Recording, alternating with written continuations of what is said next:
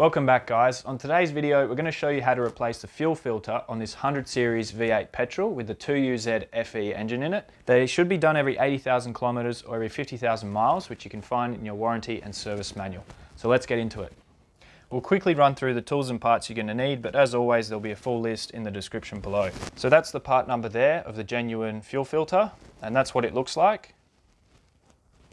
We'll use a little bit of engine oil just to lubricate one of the threads. Then we've got some safety glasses and some nitrile gloves. Make sure you wear these because fuel is nasty on your skin. You're going to need a 14 and a 19mm spanner. Now you can use open-ended spanners, but we recommend using a flare nut spanner if you've got it because it helps to avoid rounding the nut. Then we've got a 10mm socket and a ratchet with an extension. Now finally, we've got a plastic container and a bit of paper towel in case the fuel spills. We're hopping under the car now, and as always we've chocked the wheels for safety. So the first step in the process is to unplug your fuel pump. Now that's going to reduce the pressure in the high pressure side on the fuel line and also reduce the amount of fuel that comes out when you undo the nut. The clip that we're going to undo is just here, and it's in front of the rear passenger side wheel well. Now the clip is a pretty simple clip. There's a little tab at the back which you just need to push down, and then you pull the clip that way.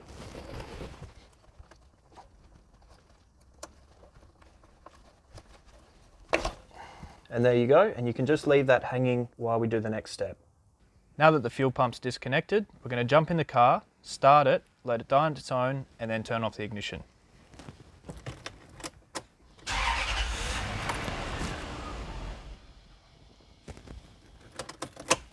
And now we're ready to work on the fuel filter. Now, safety pause. Before you undo any of the fuel lines, make sure you're in a well-ventilated area and you've removed any ignition sources from around the car.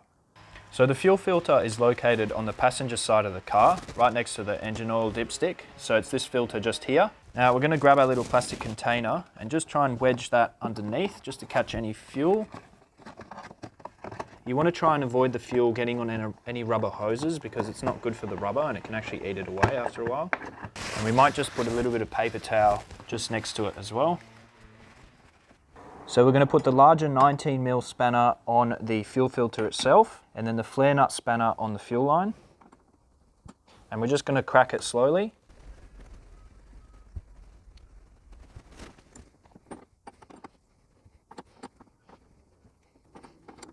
It's a good idea to have a little bit of paper towel ready. As you can see, a little bit of fuel comes out, but because we've done the step prior, it's not gushing out and it's not under high pressure. So that little plastic container that we've put under has caught that little bit. So once you've done the back side, we'll move to the front and undo that clip.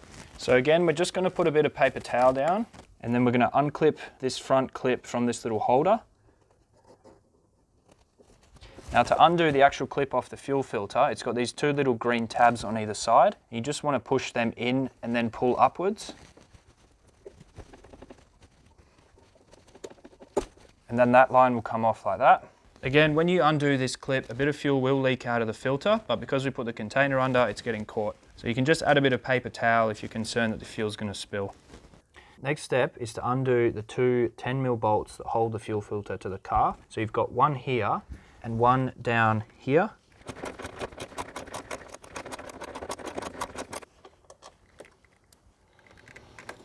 And now we can go for the top one, which is a lot easier.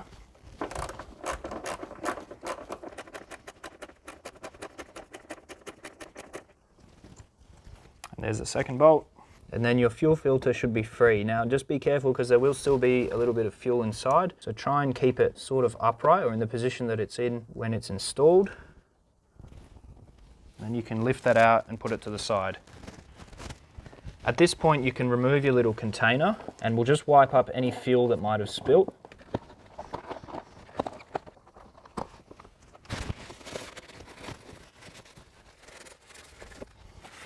And there we go, and then we can go and prep the new filter to install. So to prep the new filter, all we're going to do is remove these two clips. Now this one you can get off just by trying to bend those little tabs over the little ridge.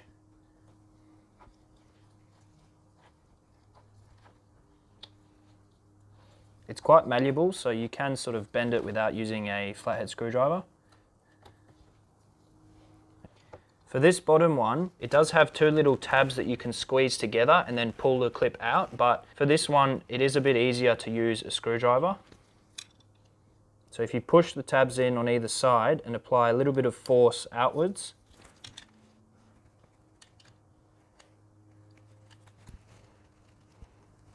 the clip should come out like that. Then you can grab your new filter. All you need to do is push that clip back in the same orientation, pull your little rubber boot off and install the green clip over that little ridge until you hear that click. Then we're ready to install this new filter in the car. Now grab a clean glove and you want to grab a little bit of engine oil on your finger, and we're going to put it on this thread, which is the high pressure side on the filter. Then grab your new filter and bring it in the same orientation as the old one, and grab the top bolt. We're just going to do this up finger tight until we get the second bolt in place. Then you can grab your second bolt and put it underneath. Then grab your 10mm socket and do those up snug.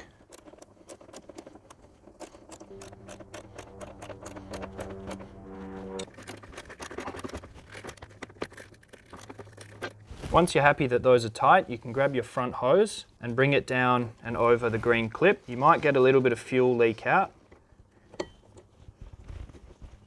So just push that over until you hear a click. And you can clip the hose into this white plastic clip that you got off the other filter. Then we can put in the rear high pressure side and finger tighten that nut. So because of the orientation of this nut, you can't do this up with a normal torque wrench. So Toyota supplies a special tool.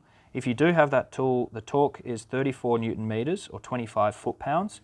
In our case, we don't have that, so we're going to use the flare nut and the 19mm open-ended spanner. So make sure you hold on to the fuel filter nut with the 19mm and then begin to tighten with your 14mm flare nut spanner. You don't want the nut on the fuel filter to spin.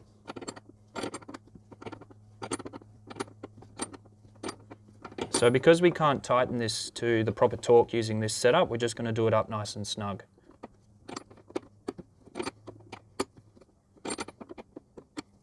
Lastly, we're just going to take a bit of paper towel again and wipe up any fuel that may have spilled. Now we're ready to reconnect the fuel pump. So we found that our clip takes a fair bit of force to join back together, so just make sure that the clip engages properly on the other side and maybe give it a test, try and pull it apart to make sure it's going to stay together when you're out on the tracks.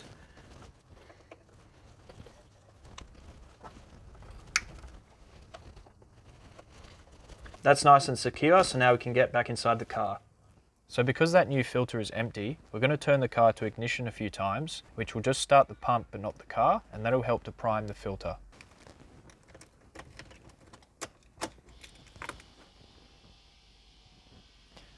So leave it on for a few seconds and then turn it off and repeat it a few times.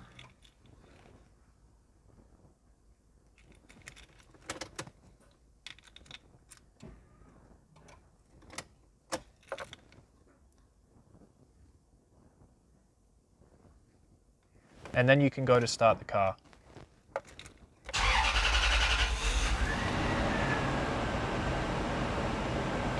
Now while the car's running, we're going to go over and make sure that there's no drips coming from the filter.